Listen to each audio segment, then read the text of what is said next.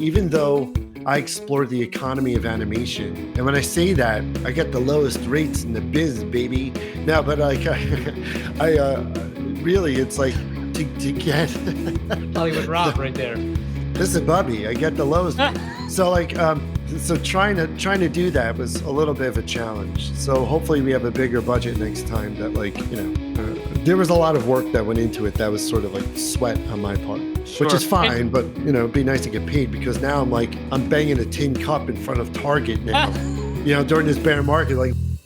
This week episode is brought to you by None of Secret Supply of Sauce, the best sauce known to mankind and available on shelf anywhere. Even when the freezer is full of sauce, there is still no sauce for you. You want some of Nona sauce? Too bad, only Nona decides who gets the sauce. This week's episode is brought to you by Worldwide Zilla Entertainment.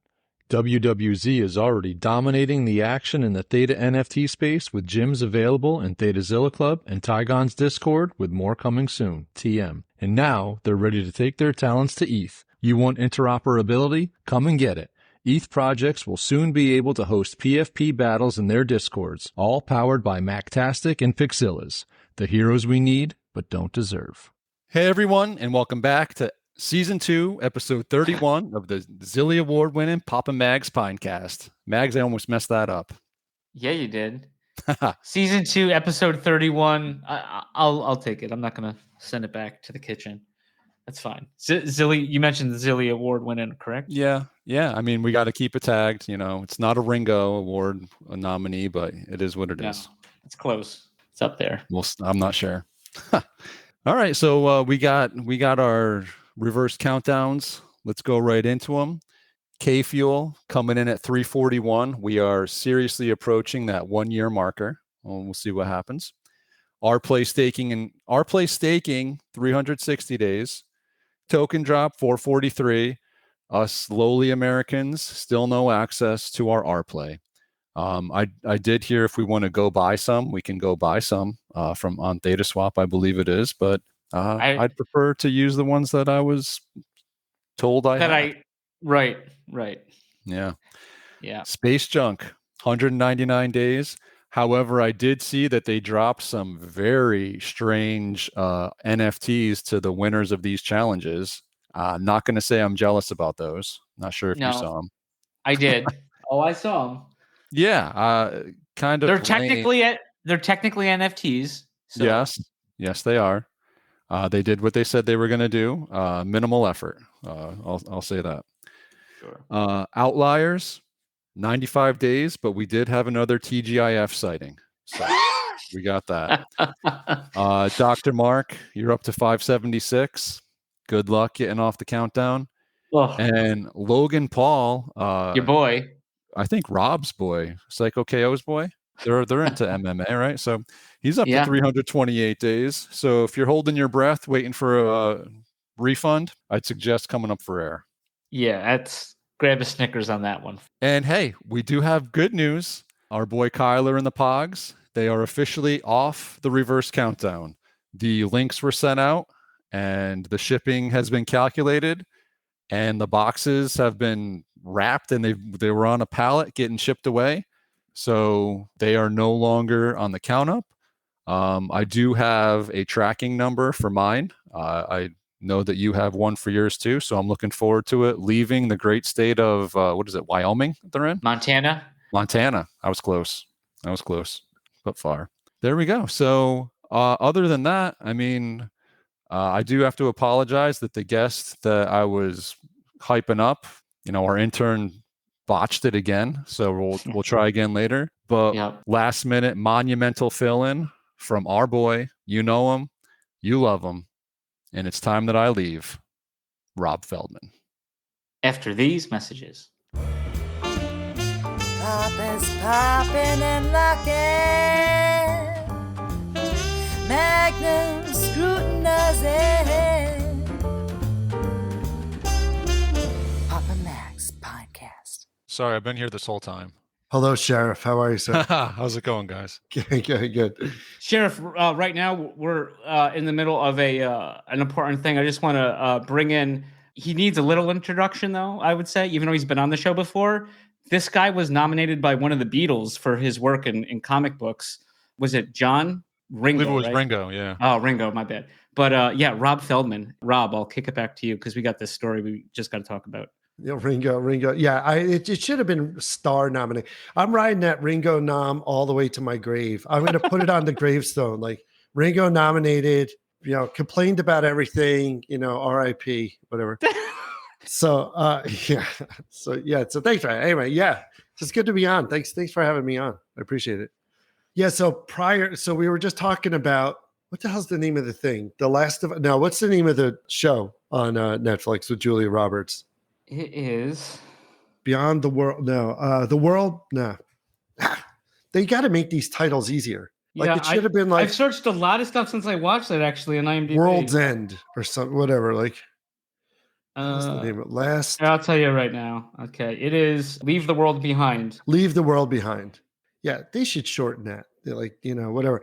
But Andrea was telling me about this movie. So it's like, and we're sitting around yesterday, and I'm like, I pop it on before UFC starts. The prelims. I was up late last night till like 1:30. That's mega late for me because I'm like 1,000 years old, right? And then so I'm watching this movie, and we're sitting there watching it, and we see that the producers are Barack and Michelle Obama. So I'm like, oh my God, strap in. Cause I don't know what that means. I mean, like I'm just seeing like politicians funding things, whatever. And so, I don't want to spoil it for people, but like basically it's an apocalyptic thriller and that's all they say about it. But basically it's information. This is not like entertainment. It's actually, if it were produced by anybody else, I'd be like, oh yeah, this is like just some outlandish, script and da-da-da. But literally, they're giving us the details. They're giving us the manual of what's going to happen. You saw Contagion, right? No, I didn't. Oh my God. I saw you talking about that, and I got to put that on my list. Oh my God. It is a play. And so now I'm going to be labeled this conspiracy theorist, right? Because that's anybody who has a thought now is like a conspiracy theorist. Contagion is basically a play-by-play of COVID, 100%. And I'm watching this thing and I'm like, that'll never happen. That'll never happen. And it was released like a few years before. They're telling you, like they right? They're telling you what's going to happen. And this movie I saw is kind of the same way. Like, oh boy, because I was saying the next lockdown would be civil unrest. That was my, before I saw this, and I was like, oh boy, it's kind of scary.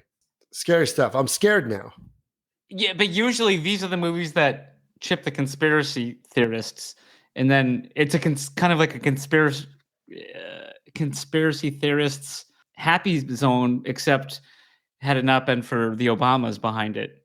Yeah. So maybe they did it to own the conspiracy theorists. I don't know. Maybe it's like, I think anything that has like perhaps, this could happen.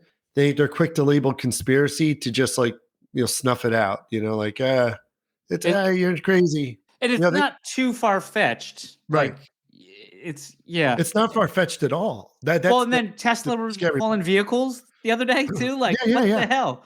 Right. Yeah, because there's this whole thing within the film about Tesla and auto driving and stuff like that. I would watch it. I would watch it so that way you could like prepare your emergency kit. Make sure you have everything in there. Because what about that presidential alert that happened? Right? Like, was it 2 months ago, a month ago? Just out of the blue. Oh, that nationwide one? Yeah. Yeah, I don't know. Like, why? Why'd they do that? What was that about? Like, it's a grander level than that one they did to Hawaii that time. Right. Remember that? Yeah. Yeah. This is like, we're just testing it. It's time for a test. It's like, no one does that. No one's like, I feel like having a test today. Let's put out the emergency alert, Right. I don't know. It's a little, I feel, I agree. A little like, okay, even if it's a conspiracy theory, even if that's the case, I'd still like to be prepared, right? For sure. Not with like, water and a gun, I guess. I don't know, whatever. And some hand sanitizer. Yeah. Oh, we already did that one. We already did. Toilet that one. paper. Yeah. Yeah. Oh, People wow. panicked over toilet paper. It's I like, you know? I was blown away by this because I didn't really get a good firsthand experience of it because I was in the Middle East and I'm watching this stuff on TV and I was like, this ain't real. And then my brothers are FaceTiming me from the Hannaford grocery store and there's like nothing on the shelves. And I was Yeah. like, oh, this is real. Yeah. Yeah. I mean, but no one thought that like, and this is gross. This is like, we're now venturing into like these territories, but like, toilet paper is kind of not the only option, I guess. Right? Yeah, I mean, but it's what- basically, yeah. I mean, right? I think the greatest side note, like the greatest invention I think of human history is like indoor plumbing. I don't think there's anything greater because if I had to go in a pot or shit outside, especially in the Northeast, no, there's no way. I think it is the most amazing thing. But there are cultures that use gravel, like I'm not suggesting gravel is the alternate to toilet paper. I'm just saying like, but if people do that, then there's going to be a run on gravel because they're not prepared for the gravel. However you do that. All the shelves no gravel on the shelves. Like, all the gravel's gone, but guys, check out the kitty litter aisle, Yeah. Right, But right, why- exactly. Yeah, Why right. toilet paper shortage in the first place? Like COVID had nothing to do with toilet paper. But I mean, obviously that triggered hoarding tendencies because, right?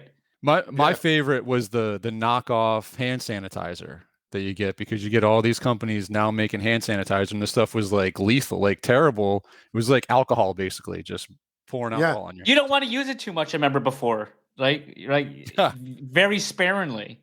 Well, it went from like a decent consistency to like the new stuff was just like running. Vodka. Like it was just Yeah. exactly. Yeah. Right. It's moonshine basically. But the alcohol companies were really winning during COVID, right? I mean, there was never an alcohol shortage. I don't remember anybody saying like, "Oh, we're out of alcohol." Somehow that was like all over, and they found a way to get it too, right? Like our priorities are all screwed up,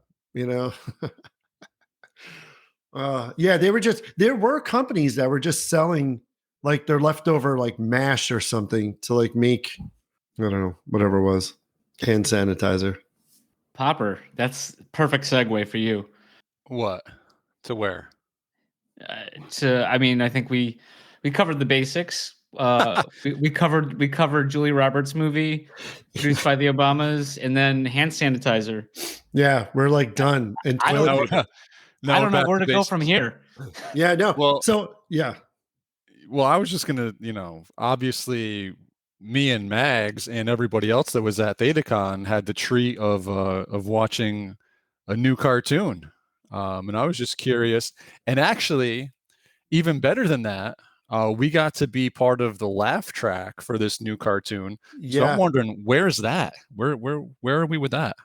Yeah, so the recording is in the hands of Luke, who did all the video. And so we're, Replay is planning on a launch of the series of the pilot early next year. And so, before that, we're going to edit in. So there will be two versions of the pilot. One will be like the straight up one that you saw, and then the other one will have the laugh track that you guys. So we all got in this room, and there was a microphone, and I all directed you at the certain points of when to laugh, and everybody laughed, and you oohed and stuff like that. We had a lot of fun, and so that will be put into the alternate version, which you'll be able to see as well on Rewarded TV. So some of those logistics are still being worked out and timed. There was some weird laugh track that you had about while people were laughing, someone said L&L limos is a scam. Yeah. We can't do this to Popper with I think you should leave. Because last time I was on, I felt like that's all we talked about. And I was like, oh my God, this is like not good radio or whatever. But yeah, that was really funny. And because when you said that, because it's from I Think You Should Leave season 3, I was cracking up. And I think I was the only one laughing, which is usually the case. And also too, you kind of had the look and tone like Get it out of your system. I knew you were going to do that. Like, I think you knew that was coming. I did, yeah. It was really funny. Just like I knew this was coming. There's no doubt. Yeah, right, exactly. No, but we're going to keep it on track, Popper. Yeah. I did mention, I think the laugh track, I mean, the premiere was great. Love it. Can't wait. I would love to see some more. The laugh track was probably the best moment I had at ThetaCon. It was fun recording that. Yeah, it was just that's fun. Awesome. Yeah. Because that was sort of like, Replay was like, well, let's do something for the pink bubblegum holders. And, we were going back and forth. And I was like, listen, I'm not going to put the laugh track in. Let's do that. And then there was some confusion about, people, there was a tweet that went out and that wasn't right and da-da-da. Anyway, it all worked out in the end. I'm glad you had fun. I had a blast doing that. It was short, but it was. Yeah, no, it was fun. I'm glad they could reschedule to after the Pinecast because you wouldn't have got the mug, Rob. So I think that's a win in so many books. Yeah, and I would have felt like I would have had like FOMO, because that Pinecast was great. Well, it was okay. It was okay. It was a different experience live, a little different. Well, it's hard to wrangle in all those people. Yeah, a lot of personalities in that room. Yeah, there was some hecklers, not me. Yeah, saying West won. Yep, I think West was heckling us, Popper. That's good times. We had a couple hecklers at the table in the front. Yeah. So so the pilot, I'm psyched for the pilot to come out. There's some other stuff that's like that's happening, with so I guess I could say the pilot right now is actually at a like a big sort of studio, which is, they're sort of weighing it over, seeing if it would go to series or something. So we'll see what happens with that, because first and foremost, it plays on rewarded, right? That's like the exclusive. That's what the NFT holders were promised. That's where it lives. That's where it will live forever, blah, blah, blah. But beyond that, the question is like, how do we get to make more of these? We wait for this bear market to be over, and then we drop another NFT to see if we could do another one. But like from a budget perspective, we were like, there was a shortfall.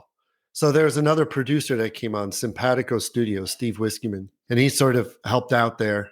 And so we realized that, like, even though I explored the economy of animation, and when I say that, I get the lowest rates in the biz, baby. No, but like, I really, it's like to get Hollywood Rob right there. This is Bubby. I get the lowest. So like, so trying to do that was a little bit of a challenge. So hopefully we have a bigger budget next time. That like, there was a lot of work that went into it. That was sort of like sweat on my part, Sure. which is fine. But it'd be nice to get paid, because now I'm banging a tin cup in front of Target now. During this bear market, like looking for jobs. You see my posts. They're desperate and sad. Like, oh, I need hi. Well, we know desperate and sad, Rob. Yeah, here's the perfect place for it. But I've had my own business for like how many years, right? And so like the past 3 years have been phenomenal. And like, so now it's, this year I had 2 drops. I had Meepheads, right? Which Pog's sort of like, it's now morphed into something else. And then, and then I had my comic drop, which I thought was going to do really well. And that didn't. That did not reap many rewards. So it's like you gotta jump back into this like service work. It stinks. You didn't expect this Pinecast to be a story of woe at all, but here we are. It's all we've been telling is woe. Oh, but this episode specifically, no, I did not see that coming.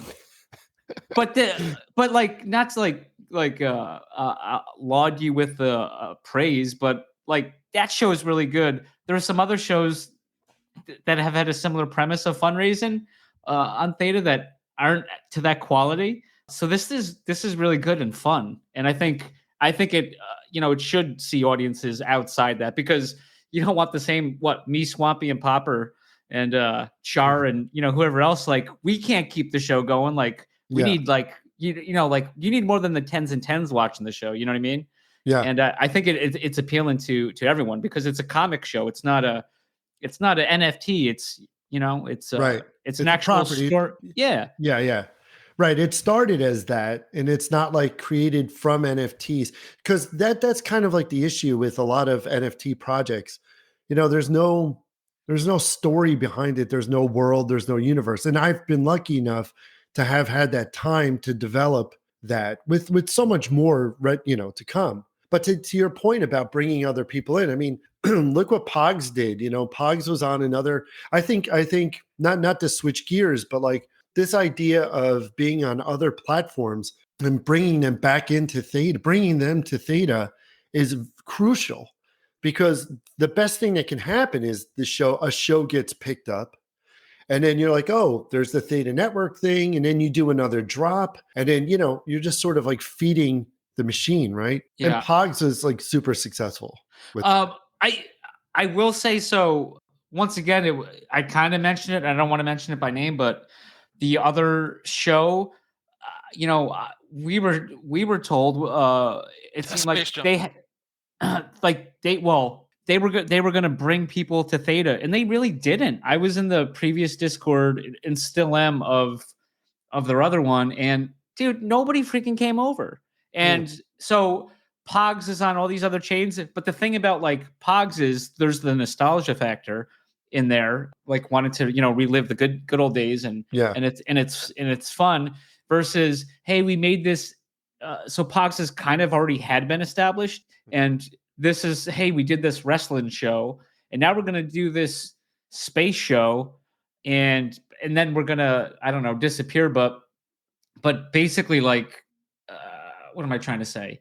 That these people that were on the other chains, they didn't come over. The Pog, these people on Solana, they were in Ethereum, on Bitcoin, and now they're like aping into the Theta. So they're really bringing people in. Well, and I think that's an important step. You raise a good point. I mean, these were already existing NFT buyers on other platforms. So I think like one of the things that when you do these drops, there's always the question of marketing, right? And it's like, okay, well, where are you going to market this to? Now, we had great success with Josh over at Replay, got that Deadline article, and it sort of went all over the place because of Napoleon Dynamite. I can't say though that if you market or you have star power attached and you market outward and you're trying to bring them in, unless they already buy NFTs, it is not something that's going to be, successful. So I think therein lies the challenge of you have to get existing NFT buyers on other platforms that are familiar with that process to bring them over, as opposed to, oh, we have a giant, billboard somewhere, or whatever billboard. No one uses billboards, but you know what I mean? Like we have we have a user base of 3 million people. Katy Perry's a good example of that, right? Katy Perry is like, she's a star. She had the NFT drops. She dropped it on Theta. All the Theta users bought it, right? Yep. But her fans hate NFTs. Yep. Her fans actually vocally, she might have lost business. I don't know if that's true or not, but like they're not. It's not like you can market till the day is long. It doesn't matter unless they're already NFT buyers elsewhere, and you can bring them in, or you give them a reason to, like Taylor Swift. You could buy Taylor Swift tickets, or that would be global adoption right there. Yeah, I don't even know what the deal is with Taylor Swift. Like, I'm not a Taylor Swift fan, but I don't hate her. I'm just like, I'm just not like that demographic, but like, because I'm not a teen girl or a mom, but like, so you're not? No, I'm not. but you know what I mean? It's like, gate something that is of value to people, and then they'll come over. But that marketing, that's a hard jam, especially with the show you were mentioning. I think the star power is not enough. Yeah. I think with, too, and I think of that one AMA, not the one at ThetaCon, but Mitch was talking about Katy Perry. Do you remember that one? And basically, like, there's other levels they had to bring this to. So, like, maybe some people at Theta had some good ideas, and they had to get it through like 8 layers of hell to even get it approved, and they couldn't, so they just had to take whatever they gave them.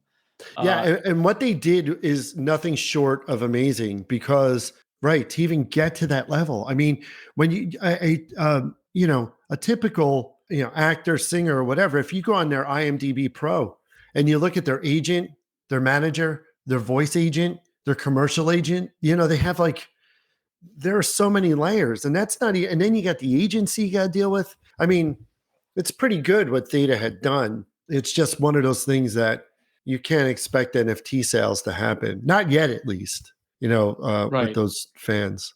Sure. They hate NFTs. They hate them. I mean, Calm down.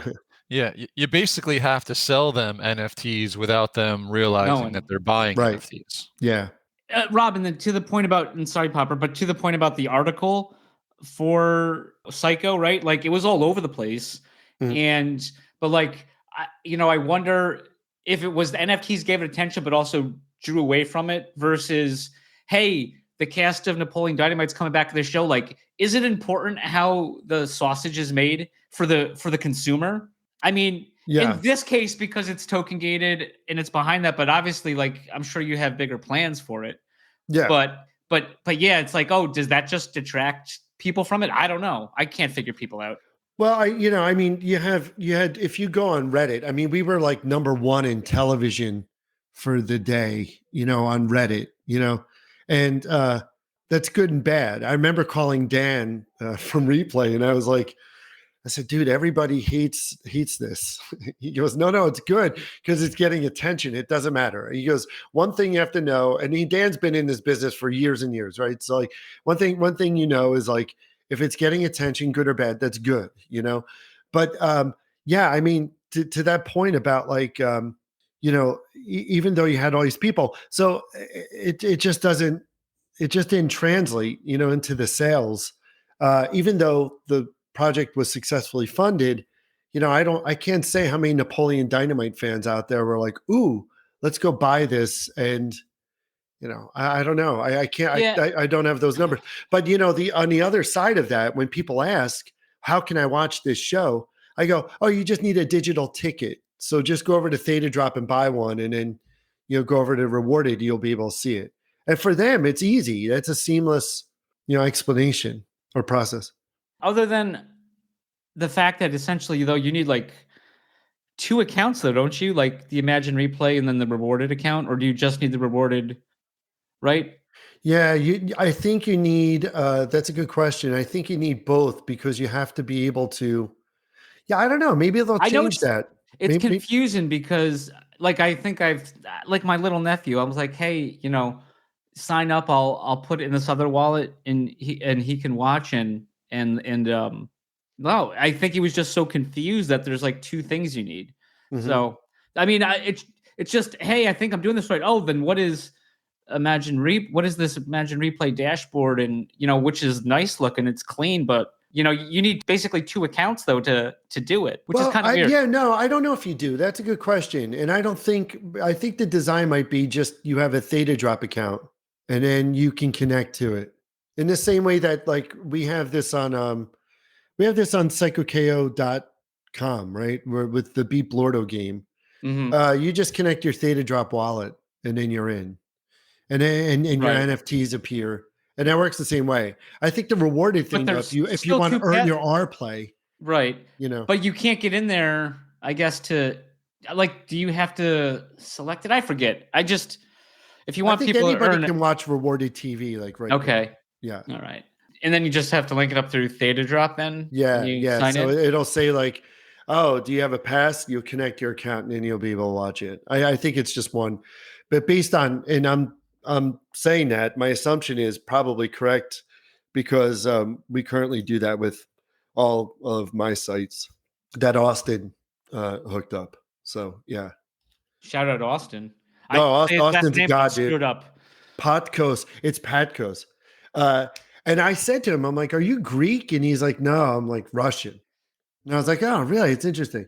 So anyway, but he's like, yeah, he's actively doing stuff. I think he does a lot for like a lot of different blockchains and stuff. So yeah. I'm hoping to get a project going, next year, because anyway, that way I could like leave my Target job.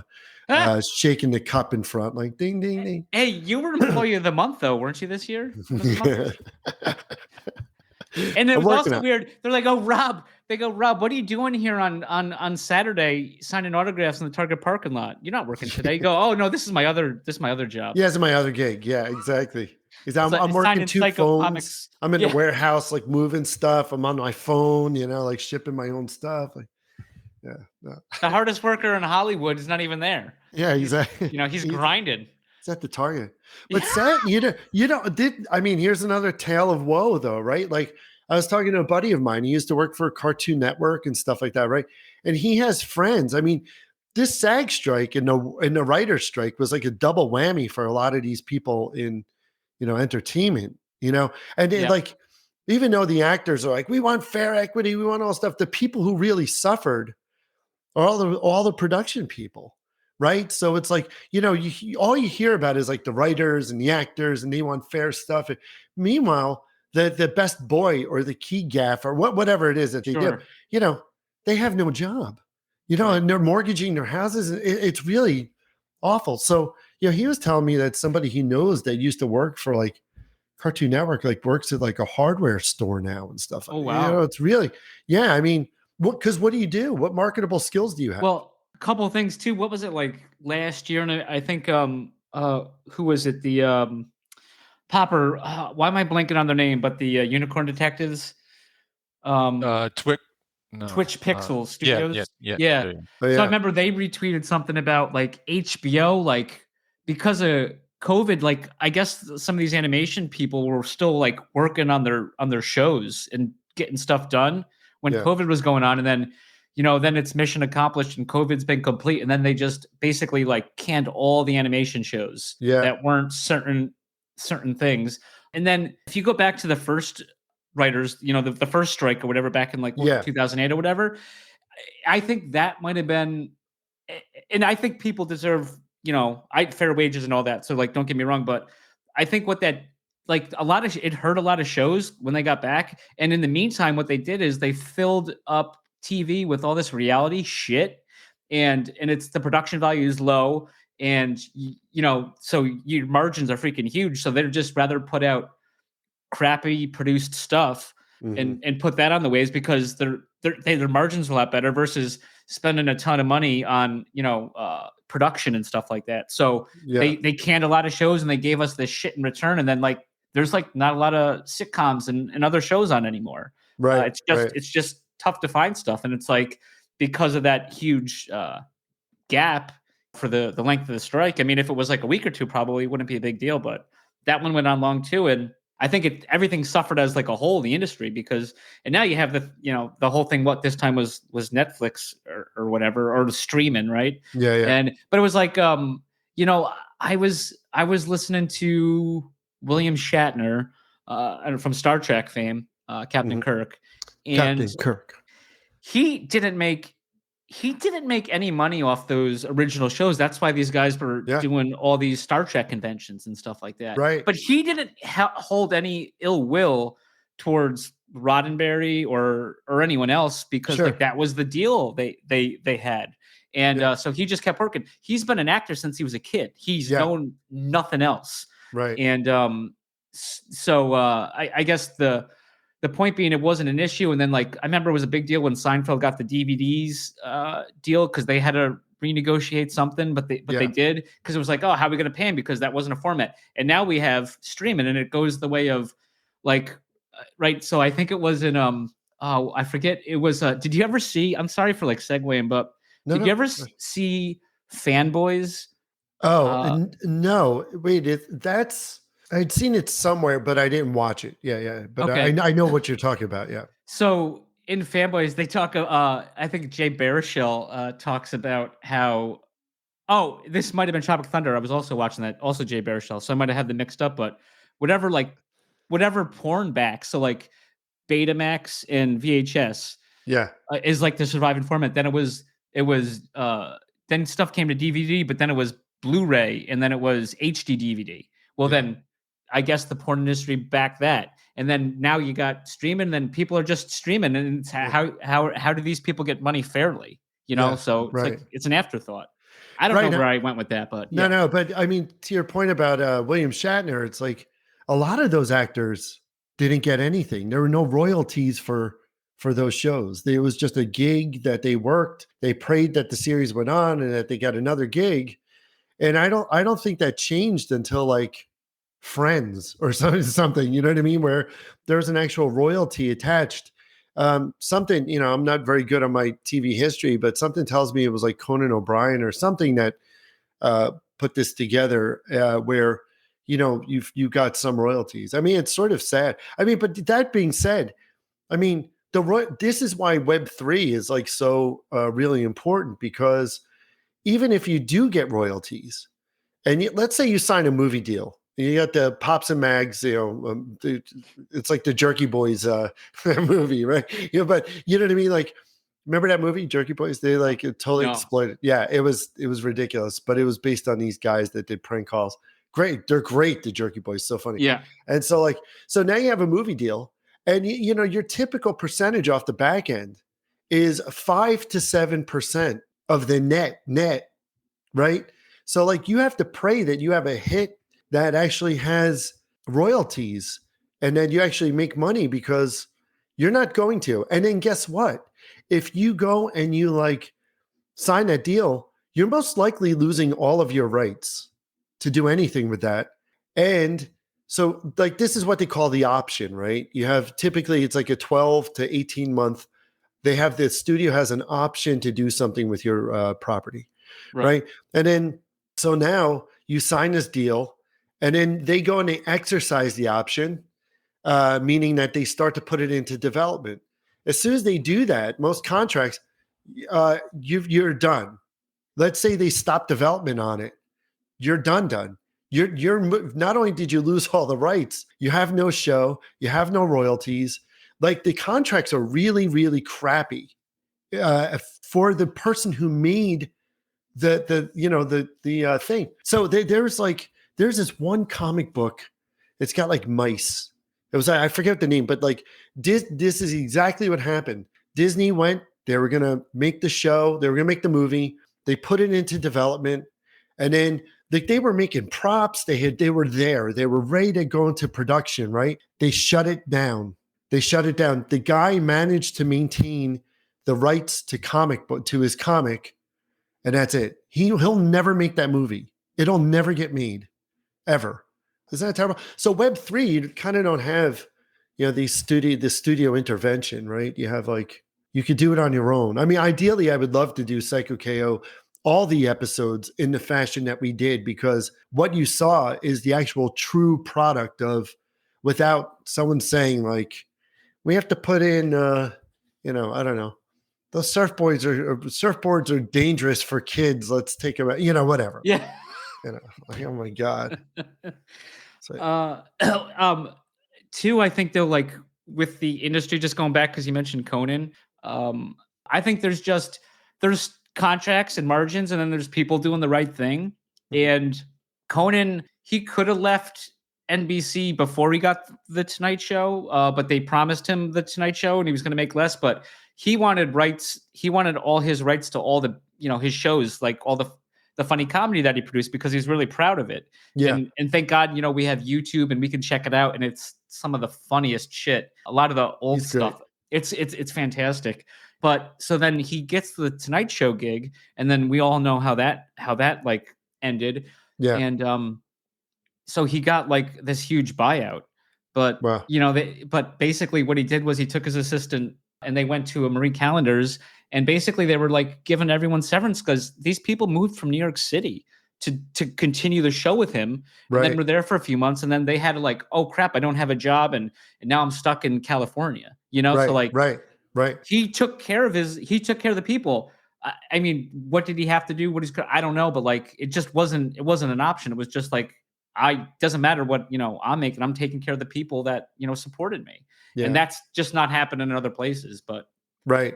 I know. And there's gotta be there are, I think that there are good people in entertainment, for sure, that, care, because a lot of it, I mean, we look at business and you look at corporations and stuff, they get all pissed off at the corporations, but, and rightfully so. I mean, but they're the ones that have the distribution. They're the ones that, it's a machine, right? It takes people out of the equation. And so going back to Web3, this is why that works, because like you have a direct creator community connection, that things get funded. They're made on like a real, true to the vision, and they can be put out there on these various distribution platforms without studio and intervention or any of that stuff. It's a real indie homegrown sort of concept, which I love because I've always been indie. I think I'll always be indie like that. You're not yet to be mainstream, Rob. Yeah, right. Right. Because like, I don't know. I like that whole, vibe. Don't tell my wife that, because she's like, no, there's no money in indie. Well, she doesn't listen, I'm sure. Yeah, she did. She stopped listening years ago. Yeah. It's funny. I was going on this team run because I'm going through another black belt cycle. And I was like, I showed up yesterday and I ate a banana before, if you eat a banana before you work out, like a half hour before, it is magic. You have so much energy. It's boundless. It's nuts. Right. So I show up, I eat this banana. I had the peel in my hand. I was going to throw it out. We were at the park, and I show my friend, there's a group of people, and I hold it up. I go, "You're never going to believe this. I just slipped on this in the parking lot." And I'm like, that's stupid dad humor, And yeah. So, but these are jokes I can't tell my wife anymore. It's 23 years of this nonsense, So yeah. I'm like, you don't think this is funny? She's like, no, because I've heard it for 23 years, Hey, it's sad but true.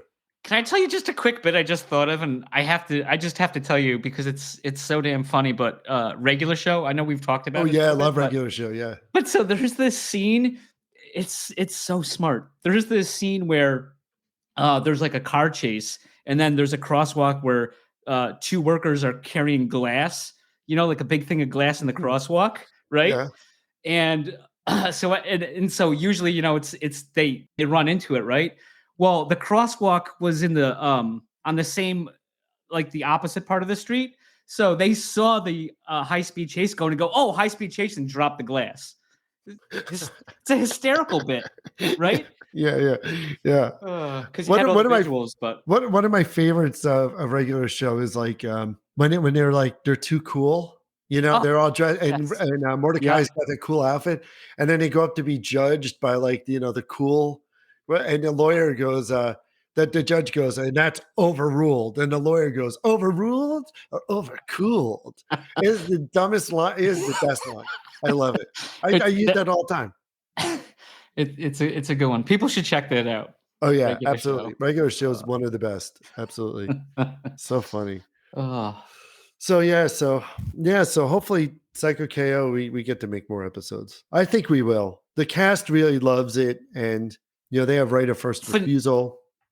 Dude, too. I know I mentioned it too. They were phenomenal. Like, I mean, voice acting is a real thing. It's not. They were fantastic. Every single one of them. It was just so well put together. Yeah. They were great. And I'll tell you, like, so what had happened is though, and I think I told you this at ThetaCon, like when we, stop me if I talk too much. I don't know if you guys have like questions or no. whatever. I always feel like, so when I recorded them all kind of separately. John Heater and Haley Duff were recorded separately. But Tina Majorino, Efren Ramirez, and John Grice, and John Heater was out there to do the Mario Lopez show, so he sort of stopped by. But when I recorded them, it was literally the day before, like the WGA strike was happening that night at midnight. So we managed. It was May 1st. Oh wow, under the clock. Oh yeah. And so John Grice is like, we got this in just in time. And I was like, well, it's not a SAG strike. So, and I'm not making any changes to it. And I'm not, we were fine. We were good. But after that, I have all these like photos and like behind the scenes stuff that some of it made it into Decrypt because Andrea was there and she like was great and took a lot of photos and stuff because I was like in full blown studio mode because I love being in the studio. Like love it. Like not nervous. So much fun. I think everybody had a blast, but I didn't want to put those pictures up because of just out of respect for the WGA and gotcha. And then the SAG strike hit and we couldn't like promote anything. They couldn't like, I was like, oh man, it's like typical, things are great, but I can't do anything about it, so that was kind of beat, but maybe I'll just do like a separate gated behind the scenes thing, which I started to do with the making of Cyko KO, and there's so much more to cover there. I had gotten like really not overwhelmed, but it was a tremendous amount of work. Overwhelmed or overcooled? Overcooled. I was overcooled.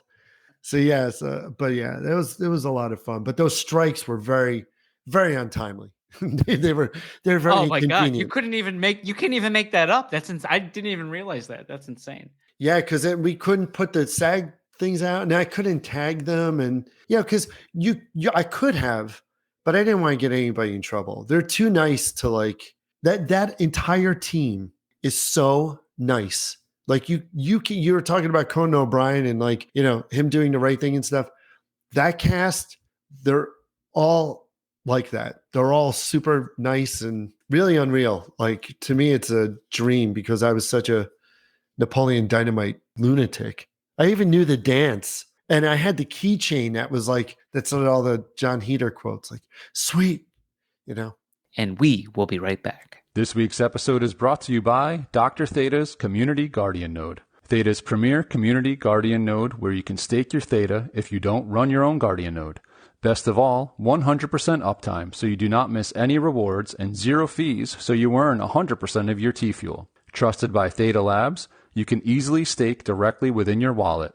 Simply go to the staking tab, choose Delegated Guardian Node, and find Dr. Theta's Guardian Node. Quick, simple, reliable, and best of all safe as the coins never leave your wallet. Stake with the Doc today. This week's episode is brought to you by GuardiansOfTheta.com, offering 0% one-click Theta Guardian staking with random monthly token giveaways. Guardians also airdropped everyone staking with him an NFT that you're able to stake and earn T-Vibe. 100% uptime, 0 fees, random giveaways, what's not to love? Stop paying 4% and come join the fam with Guardians of Theta. Papa Max, yeah. Papa Max. Papa Max Podcast. Papa Max Podcast. Yeah, speaking of that dance, Rob, I was promised actually at ThetaCon that we were going to see it, and I mean I did see a little bit of moves, but I didn't see the full dance routine. So I had forgotten. We got to put that on the schedule for next year, I believe. I'll relearn it for that. But you know what dance is stuck in my that flows through my veins. Like I never forget it. The Thriller dance, that's like a big one. The Michael Jackson Thriller choreography. Well, we'll have to see that one as well. And I know you definitely got the moves. Yeah, back to back. So I got a hard hitting question here. The people want to know, what exactly is it that you have against Frosty the Snowman? Oh, this is well. Yeah. So last night I was like, we were watching UFC. I was up kind of late. Yeah, I had a couple beers. Wait, hold on. How are we getting to Frosty? We're starting at MMA and we're getting somewhere to Frosty the Snowman. This should be good. Yeah. So I was like, I don't know why, but I start thinking like, I hate Frosty. I don't know why anybody likes Frosty.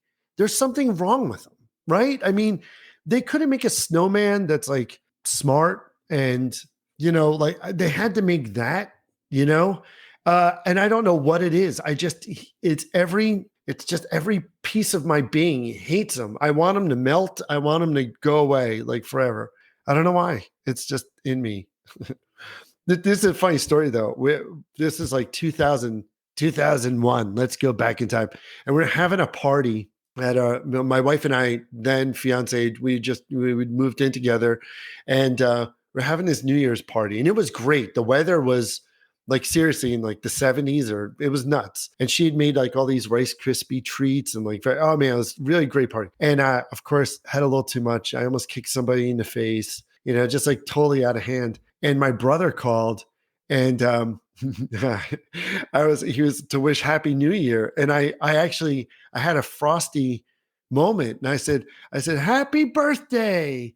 And I'd forgotten why I had said that, but it was a Frosty the Snowman reference. Yeah. And so to this day, he thinks I was just so like obliterated. Every New Year's he calls me and says happy birthday. So maybe that's why I hate him, because he screwed up my, I don't know. Why do you like him? Do you like Frosty the Snowman? I mean, the kids like Frosty the Snowman. I don't have anything against Frosty the Snowman. I'm not rooting for him to melt. Yeah. Who's your favorite? What is your favorite Christmas or holiday icon? You know, like the Rudolph, Santa.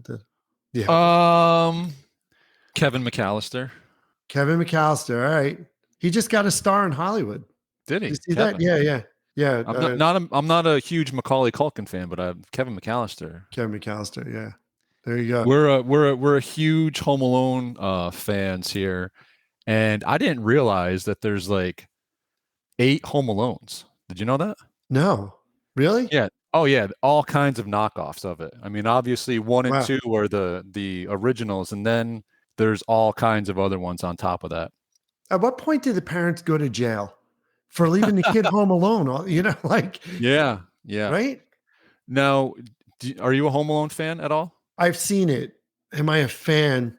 I wouldn't say you're not a fan of like seeing people get hurt and like. Yeah, I am actually. I follow this account on Instagram, Nutsack or something, and and it's people just getting hurt all the time. And I actually had to like mute it because it's some of it's really hard to watch. But I do like the antics of Home Alone for sure. I'll have to rewatch it. I just haven't seen it in a long time. I was just curious if you were a 1 or 2. I know 1 is like all the nostalgia, the original one, but I think 2 is funnier. I think really? the pain dealt in number 2 is hilarious, and I am a huge fan of Marv, Daniel Stern. Like just Daniel Stern, yeah, love that guy. And they're back for the second one, right? Yeah. Oh yeah. I think they're even better in the second one. Yeah. All right, I'm making a note right now. Home Alone and Home Alone 2. But really, there are so many of them. Yeah, really, but, they're all knockoffs. There's a ton. There's one where Buzz, like the older brother Buzz, he's now a cop, and the house that's being broken into has like a McAllister home alarm service. So like his brother's now this like, he's not in it, but he's like, this ADT or all the home protection services, right? Right. But yeah, no, there's all kinds of them. There's crazy, and my kids see them, they think they're hilarious. But that was Macaulay Culkin in all of them? No, just 1 and 2. 1 and 2. So after that, it's just complete ripoff. It's Wow. Now, yeah, I know. I haven't seen it. I'm gonna have to rewatch those. I'm into it. We were watching it, so I just did like on my stream at Bolt. I did like my top 5 most watched Christmas films, and I think number one is White Christmas. Have you seen that with no. Bing Crosby and Danny Kaye and Vera Lee and Rosemary Clooney? Danny fucking Kaye. Yeah, it is a whacked out. It's a fever dream basically. Of the plot makes no sense. It's just a vehicle for the music. Right? You know the song, right? Well, oh yeah, sure. Yeah. And it's about these 2 soldiers in World War II who are like really admire their general. And, they're in the battlefield, and Bing Crosby, who sings the song, his life was saved by Danny Kaye, just like from a brick wall, falling. And so they come back to the States and they become like 2 showmen that are really, famous and whatever. And you got to see it because it's so weird. Danny Kaye is trying to fix Bing Crosby up. He's trying to get him married for whatever reason. And they end up going up to Vermont with these girls and women. And the inn is owned by their former general. And it's not snowing. And so they decide to bring this show up to the inn. You see how convoluted this plot is? It makes there's no A to B. It goes like ABC. It's like A B Z Y X. They're just throwing everything in there. Is it worth a watch? Yes, it is. Have you seen it, Max? No. I was just gonna say It's a Wonderful Life is the standard, man. I hate. Yeah, Mary. Will you stop those kids? Stop playing the piano. I maintain that George Bailey is like, he's one of the, I hate he's another one. He's second in line to Frosty. I can't stand him. I can't stand the way he talks. Look at this. So I said this to somebody. I said, George Bailey is a real a-hole, right? And they were like, he's not. He's a nice guy who had one bad day. And I said, no, it's not true. Look, go back in time and watch the movie and see like his interactions with Donna Reed. He's not nice to her. He's not nice to anybody except his old man. That's it. Right? He freaks out on the kids. How about Donna Reed as an old maid? That was a stretch. They put her in glasses and a librarian outfit. Oh my God, she's hideous. Wait, where? In It's a Wonderful Life? Well, with the flashback, she never got married, and so he still thinks he's in the real world, and he went up to her as she was coming out of closing up the library. Yeah, and she was freaking out because who is it? Clarence the angel was telling her, she never married. She's an old maid. No, and then it's like was it like that one movie, Not Another Teen Movie, where like, oh, you can't fix her up. She's got like glasses and overalls with paint on them. No way. It's one of those. I'll watch it every year. I will watch the movie, and I'll sit there and I'll complain about, it's really angst filled because I sit there and I hate, George Bailey. I'm like, you jerk, like, start being nice to people, and he's like his uncle. yeah, like, oh yeah, right. If you're old fool, like he freaks out on his uncle, like maybe the uncle should have done for this. yeah, and the whole movie he's pissed off because his brother got to go off to college, Harry, right, or whatever, goes off to whatever the guy's name goes off to college, and poor George is like carrying the weight. Like I get it, but at the same time he's like he's a real jerk off to everybody, like. But he eventually got to the thing where, up to the point to where he got to the bridge, but he was or his uncle losing the money. Spoiler alert, if anyone hasn't saw it. Yeah. The best is though reading the Western Union telegram at the end. I love that. That's so good. But basically, like every time life gives him this, he don't want to do it. He's reluctant, but he does it, and then he just gets so used to freaking doing the stuff he doesn't want to do, which I guess is being an adult. Right. Like George, no one said you had to stick around and save the town. That company could have been sold. I'm just saying, I'm not going to, not be Conan O'Brien or whatever, but like you can move on, George, like, especially since Donna Reed is doing everything for him and she buys him a house. She fixes him dinner. He's freaking out on her. Like, oh my God, is that the ironic title? It's a Wonderful Life, maybe. It's an angst-filled, angry life. Yeah, and there was Zuzu, but the older daughter playing the piano, he was yelling at all of them. He freaked out.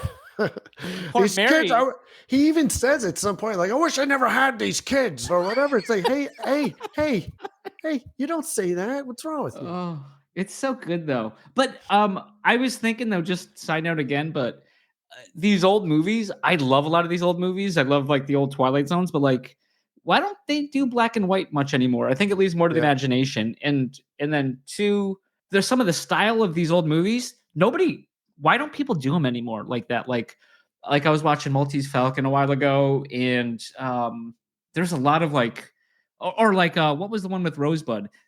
Nobody would ever. It's such a good movie. They would never make a movie like that. The way it's set up, it's insane. But they did. Seems like they were more creative. I don't know.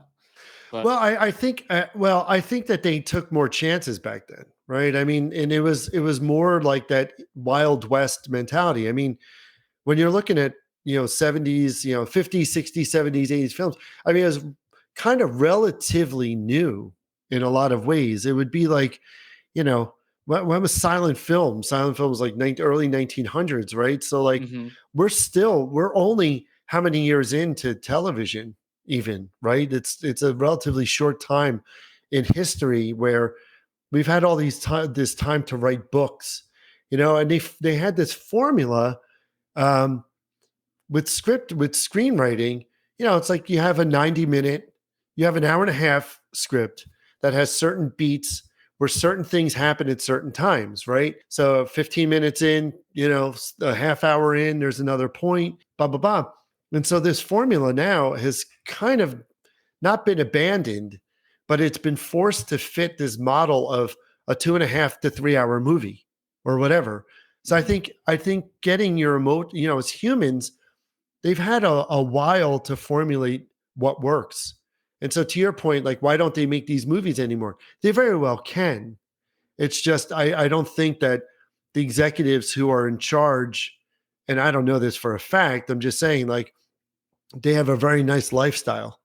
They have nice houses. They live in Hollywood. They get their Starbucks every morning. They go on their vacations, which are beautiful. They got their family. So when a foreign investor comes along and says, here's money, but you have to do the Flintstones because that's what we know. Flintstones too. Right. They're going to be Vegas. they'll be like, okay, look, I can do that, and have my life and have my lifestyle, or I can do this indie flick and take a serious chance and get fired. Right? Like, what am I going to do? So I think as things get more spread out technologically, like for instance, Netflix just bought, I guess, earlier last year or late last year, just bought Fort Monmouth, New Jersey, which is an old Army base. Yeah, it's not that old. They used to do our out processing at Fort Monmouth. Yeah. My dad was stationed there, and I actually grew up in Monmouth County, maybe about 25 minutes from Fort Monmouth. And so, like, that is a real opportunity for filmmakers to actually do new and inventive stuff, because I think that the one thing that Web3 does is people like to use the disruptor term, and respectfully, I'm going to say, I don't think you're disrupting anything in Hollywood. You know what I mean? I think that there's too much money and whatever. However, that's not to say that, and maybe I got the wrong terminology. It very well could be, but like, you are going to level the playing field to a degree, or at least get more noticed than you may have gotten otherwise in the past, right? Like this project, the Cyko KO project, is kind of, I'm not tooting my own horn or anything. I'm just saying, like, luckily, it had raised enough, awareness that we can say to a studio, well, look, this is how many people were behind it already, and this is, the cast is behind it and stuff. It makes it a more sellable product, I think. Yeah. But yeah, so that's kind of why, those movies, I feel like the artistry has been taken out of it, because to do an independent film like that, let's say it's an independent film mentality, the money's not there in Hollywood. Nobody's really doing that, right? But they are doing it on an independent level. So then the question is, well, how do you get the money to do that, to make it high quality? And therein lies, the sort of problem, the solution potentially being Web3, I think. I get it. And I hope you're right. But I think take the Taylor Swift thing aside, but if you did a, basically, like, if something's good, people, for the most part, should watch it and want to see it. But like, are they necessarily going to care how it was funded? Like, I don't think so. I think they just want to see a good quality thing. Right. But more of it, I think, would gain notice, because, like, I'd rather, do it this model, and and everyone gets paid what they should, and is taken care of, versus whatever they're doing now for the industry. I mean, the other sign of the times is that we have all this new wealth, right? The new wealth being not currently, but I'm just saying from cryptocurrency. And then also I was reading that, like, a lot of new wealth is made from, just inheritance. To be honest, it's not like entrepreneurial growth, but that new wealth could lend itself even further to these projects that are viable, that are good, and there's tons of filmmakers out there that, like Jordan Bain and, a lot of the other Web3 filmmakers that are ready to jump on it and make some stuff, which, would be fantastic. I think it's just a matter of time. Got nothing but time. Meanwhile, I'm like, brother, can you spare a dime? Brother. So curious, like if there was one Christmas movie you were watching, Rob, what's it going to be? It's going to be A Christmas Carol with George C. Scott. That version specifically. That one is absolutely phenomenal. Flawless. It's flawless. Yeah, it's going to be that one. Okay. I love that one. I also love all the Rankin Bass stuff, Rudolph and Heat Miser and Hermie. Remember Hermie? Yeah, I want to be a dentist. Wow. So you're okay with Rudolph, but not with Frosty. Oh yeah, I hate Rudolph himself, but I like the puppetry. Did you ever notice? In those movies that Santa's a real jerk too? Did you ever notice that? They're singing the choir, and Santa's like, needs work, and he walks off. I'm like, oh my god, what a jerk! I'm not calling out Santa on this Pinecast. Yeah, no, yeah, that's a dangerous move, right? But yeah, I do. I like definitely Christmas Carol. I like Elf. A Polar Express. I know that CG is really weird in that, but we used to read the book to our kids, and admittedly. So with all these movies like Christmas Carol, White Christmas, Elf, Polar Express, the common theme among them is I choke up at the end. My emotions get the better part of me.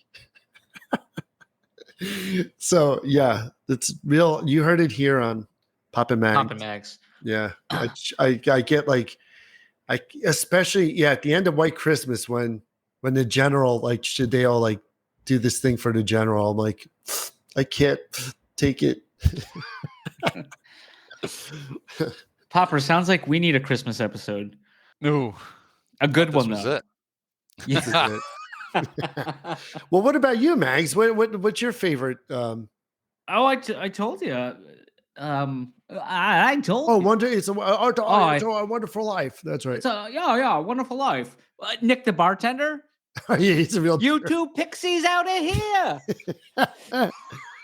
Hey, fella. Yeah, he's like, what would you like? Oh, the last time I was on Earth, and he just describes something insane. And he looks at him like he wants to just murder him. Yeah. But that, people back then seemed to get pissed off real fast and real like instantly. I think people are a lot more reserved now. Here's one. Oh my God, this story is good. I walk around most of my life. I think I walk around. My wife says I'm probably a blend of George Costanza and Jerry Seinfeld. I'm Larry David, basically. And so I'm in, I went to the Chinese restaurant to get some takeout, right? After class. And I have my dojo outfit on, right? It's just like a t-shirt and some karate pants, but clearly you can tell I was just working out. And some old mother, whatever, was at the counter and he's looking at me. He's got this baseball hat and he got his elbow up on the counter and he's leaning and he's just looking at me. I think maybe he was drinking. He says, are you an instructor over there? And I said, no, I'm just a student. It's, oh yeah. Yeah, my neighbor's into that. And I said, okay. Like he's into furries. He's into that. Yeah. He's into that. Like what?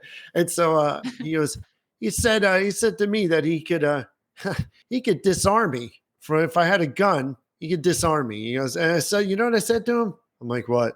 Because here we go, right? There's always one of these guys out there. I have great respect for guns. I've shot guns. It's not an issue, right? Totally get it. But everybody, when you say that you do martial arts, all of a sudden the gun thing comes out, right? And it's like, okay, yeah, no, I admit that guns can kill me. Absolutely. I'm not a fool.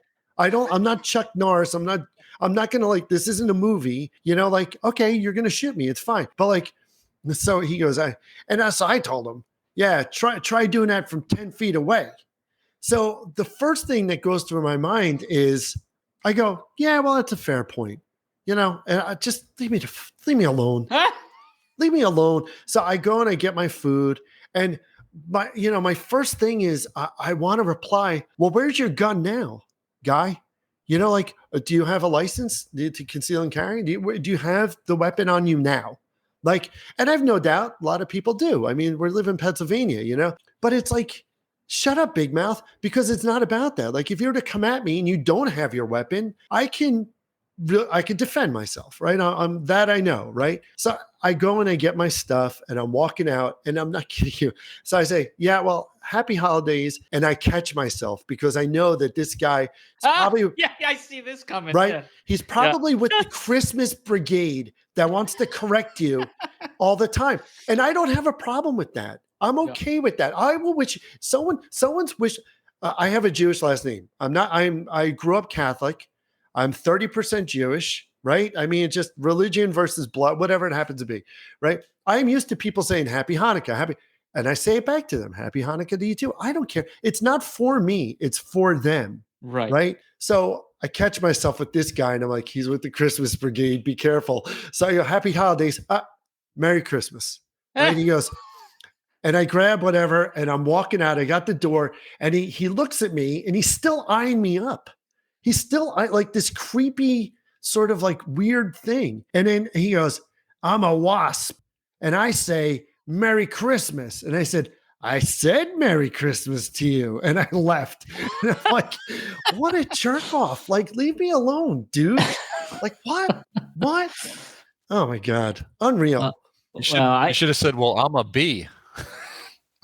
Buzz. Yeah, right. I'm like, I almost said, I should have said, and I'm in the car and I'm like thinking through all these things. Like, you should have said it. The jerk store. The jerk store called and they're out of you, you know, like one of those moments, like, where's your gun now, tough guy? Like, don't aggravate this guy. Like, take the higher road and just move on, you know. But then I thought I should have said, well, you know, I'm a wasp and I say Merry Christmas. I should have said, oh, well, guess what? I'm Jewish, but I still said Merry Christmas to you. I could have done that, but I didn't because it's not true. You know what I mean? Like, did you do it in your Connie voice? In my what? What is it? Connie voice? I know. Was it Brian Mason was always having? He made one, the Connie. Oh yeah. See, it's actually that's Edward G. Robinson, right? Oh, yeah. okay. Listen up. Yeah, man. I should have. There were so many things I could have done. That's what I should have done. You are Costanza. I know. Yeah. Well, but only Costanza would set up an elaborate thing to get everyone back in the room together. Yeah, right. Just so he could do that slam. Believe me, I thought of it. I was like, oh man. Unreal. The king of the slams. King Dad, of slams. Good news, and I got some bad news. The good news is Mom's not dead. The bad news, she's sleeping with so-and-so, the king of the slams. Yeah, she's sleeping with my boss, Raj, king of the slams. Now he's a good guy.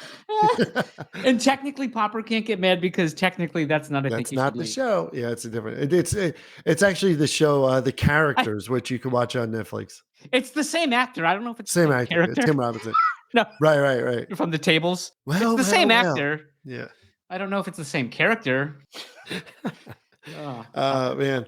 I know, but how many times does that happen to you where people say something to you and you're so shocked that you don't know how to quite respond, and then you leave the situation and you're like, what did they mean by that?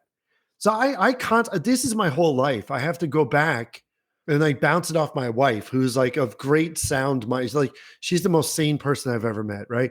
So I'll say, like, am I wrong for thinking this? You know, most times I am. You know, she's like, no, they don't mean it that way. She has to like interpret what people mean, you know? Right. Yeah, no, I think about that all the time. And I think I usually just don't say anything because I don't know where it's going and I want to just avoid the time wasted, I guess. Yeah. But they're out there. All these people are out there. The George Baileys are out there yelling at you. You don't even know it. Anyway.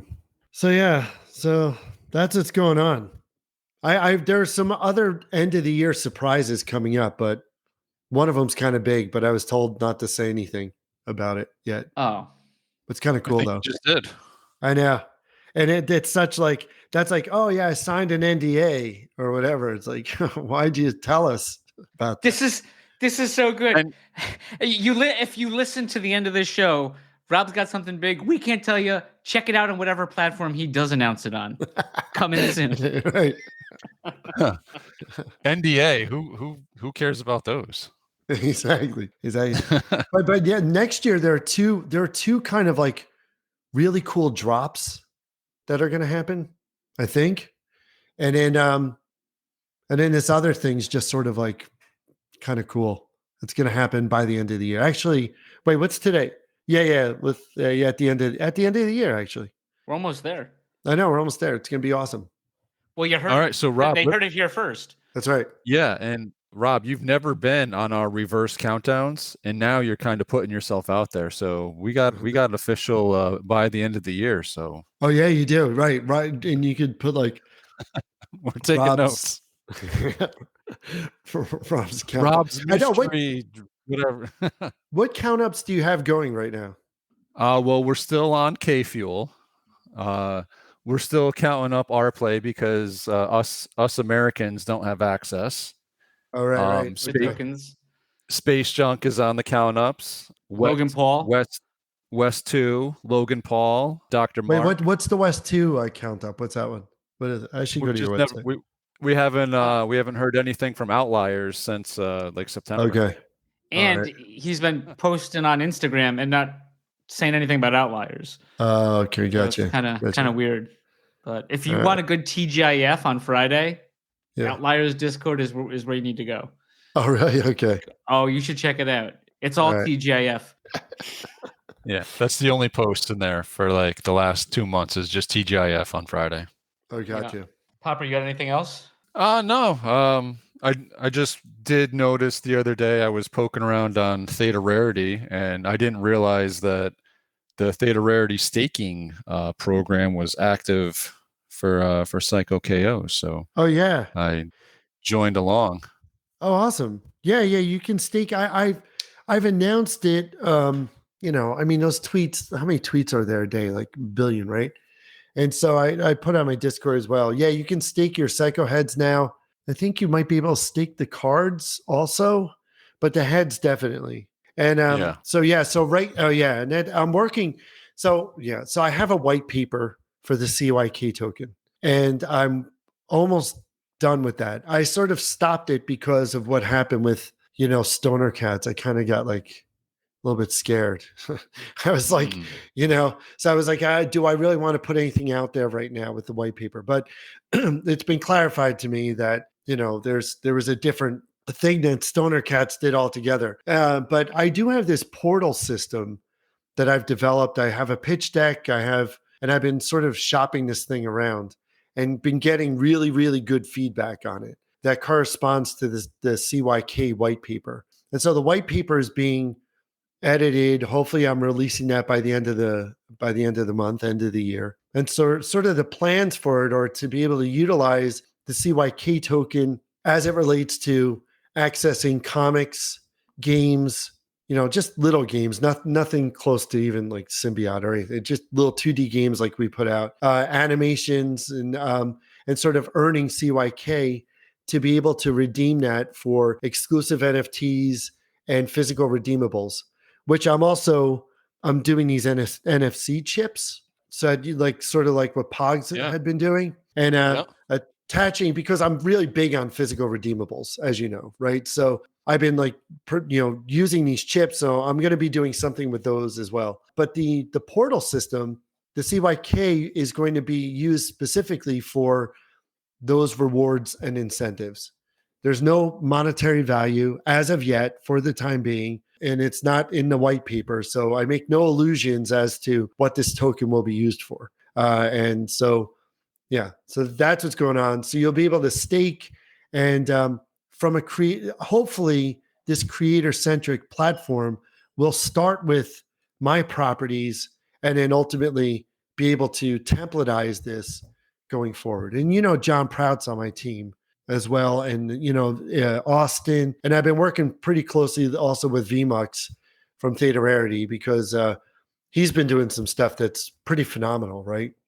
So he's been more than accommodating and helpful, and so I'm looking forward to working more with him as well. Yeah, so staking is just one part of it.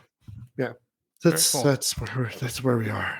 So I don't know if there's any big secrets you want to reveal, or if that's all she wrote. I think that's it for now. I mean, secrets. Oh yeah, and I like it. No, the book. So the big book that people bought, that'll be out early next year. So there's a little bit of a delay on that because I had to get the You Appear in the comic. I had to draw those people in, and not everybody had responded in time. So I finally just wrapped that up. But yeah, it's ready to go to print. And so that'll be out, and they'll be mailed with the Beat Blordo comic, next year. I know initially I said November. So you talk about a count up, but I was totally miscalculated that, So here we go. Assuming that was Swampy's fault. Yeah, let's go with that. Yeah. Everybody from Theta who had their own You Appear in a comic, they were very timely because I could keep on them. This was from the rocket ship end for the Kickstarter because they had done. That's how they sort of funded the book, also on that end for those copies. So yeah, so that's all done. So yeah, hopefully we move on. But other than that, no secrets for now. All right. Nice well, try. hey, Nice we try. We appreciate you. Hey, you what is it? You miss all the. I can't remember. You miss all the shots you don't take. Yeah. Exactly. So. Exactly. Well, hey, listen, Rob, thank you so much for joining us on such short notice. Certainly appreciate it. Certainly hope the Eagles lose tomorrow. I know we're on the same page about that. So yeah. Yeah, I mean we have 2 losses so far out of, we are number 1 in the league still. So yeah. We'll see. Never easy to hear or see. Yeah, I know. So yeah, tomorrow they're playing Seahawks, right? So tomorrow night. But today, last night for everybody else, yeah. Yeah, no. So hopefully there's a win there. But you're a Giants fan, right? Yeah, I like the Giants, and yeah. Shocker. What are you, Jets? Are you Jets, Max? I like the Pats. The Pats. Oh, they're you playing still now. Like the Pats? I'm surprised. They're on now, right? Oh, I don't get them unless they're on over here. Oh, really? Yeah. This upstate New York is a weird market. Yeah. They have a team that's basically in Canada and 2 teams in New Jersey that they want to shove down your throat all the time. Right. So. Can you do me a favor? Can you say this word ABOUT? Can you do that for me, Max? ABOUT? Yes. ABOU about. Say it again. About? Okay. What? I swear I thought I heard you say about at ThetaCon. I swear to God. And I was like, did he just say about? And I was like, what the heck? Anyway. He's an infiltrator from the Great North. Yeah. I thought, I was like, did I mishear that? And so yeah. Anyway, thank you. Thank you for clarifying that. Yeah, I would get other things. Some weird accents come out of me, like when I say coffee. That comes out, and I get shit about that. At least I used to at my old job. Right. So I can't help what comes out of this mouth. I grew up in New Jersey, right? So I still have a little bit, I think, of the accent. And so yeah, so I say gas now as opposed to gas. Gas and coffee. But I'll see my sister and who still lives in New Jersey, and it's pretty. Hers is pretty. She's got a pretty thick Jersey accent, gas, coffee, that sort of thing. Yeah. Anyway, well, thanks for having me on, guys. This has been great. Hopefully, this is a good show. I don't know. I'm thoroughly entertained. I don't care about Popper's entertainment level, but I think you had a good time. I had a great time, and I think that's all that matters. But did George Bailey and Frosty have a good time? That's the question. Maybe not. Maybe not. I'm going to put them in an animation. I'm going to have them jump off a mountain together, Frosty and George Bailey. Well, riding on Rudolph. You don't think Clarence would stop George from jumping? Oh, yeah. Oh, hey, maybe. Oh, It's a Wonderful Life too. There you go. Let's make 8 more of them. Yeah. Do you remember, all the stations were playing It's a Wonderful Life, and it was like channel, big ones like NBC, CBS, and then someone crawled out of the woodwork and said, "Oh, wait, this movie's not public domain." And then they had to pay back royalties, and then no, yeah, Good yeah, for them, yeah, yeah. How would they are terrible legal people, I guess, because that sounds insane. Right. I mean, a lot of people think that there's a lot of stuff that's public domain, but it's been like abandoned.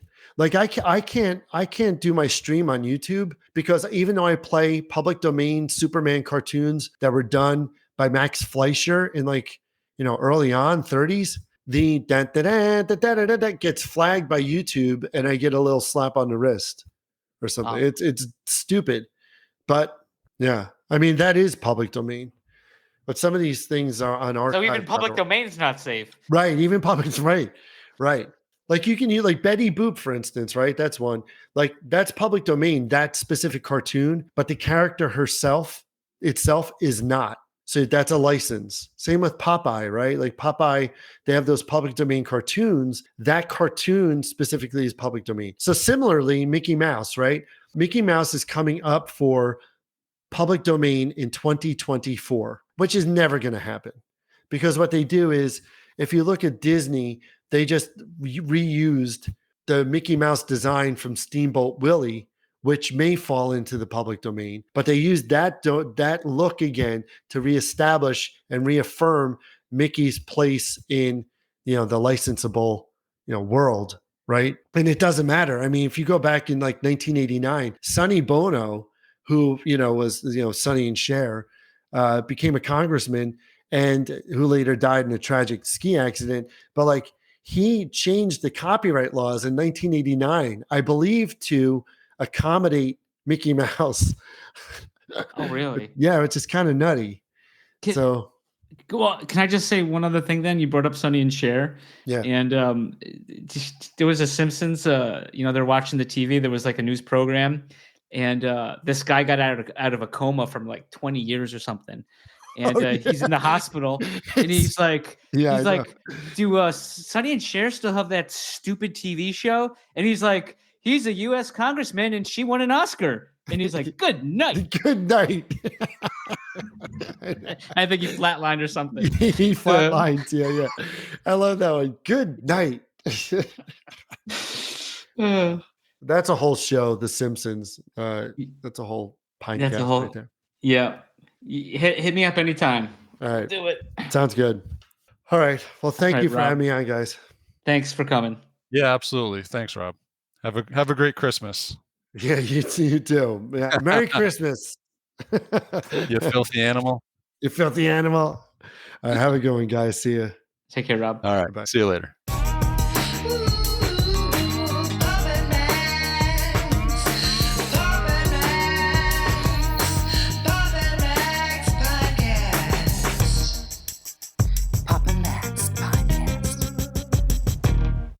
You have been listening to the Pops and Mags Pinecast.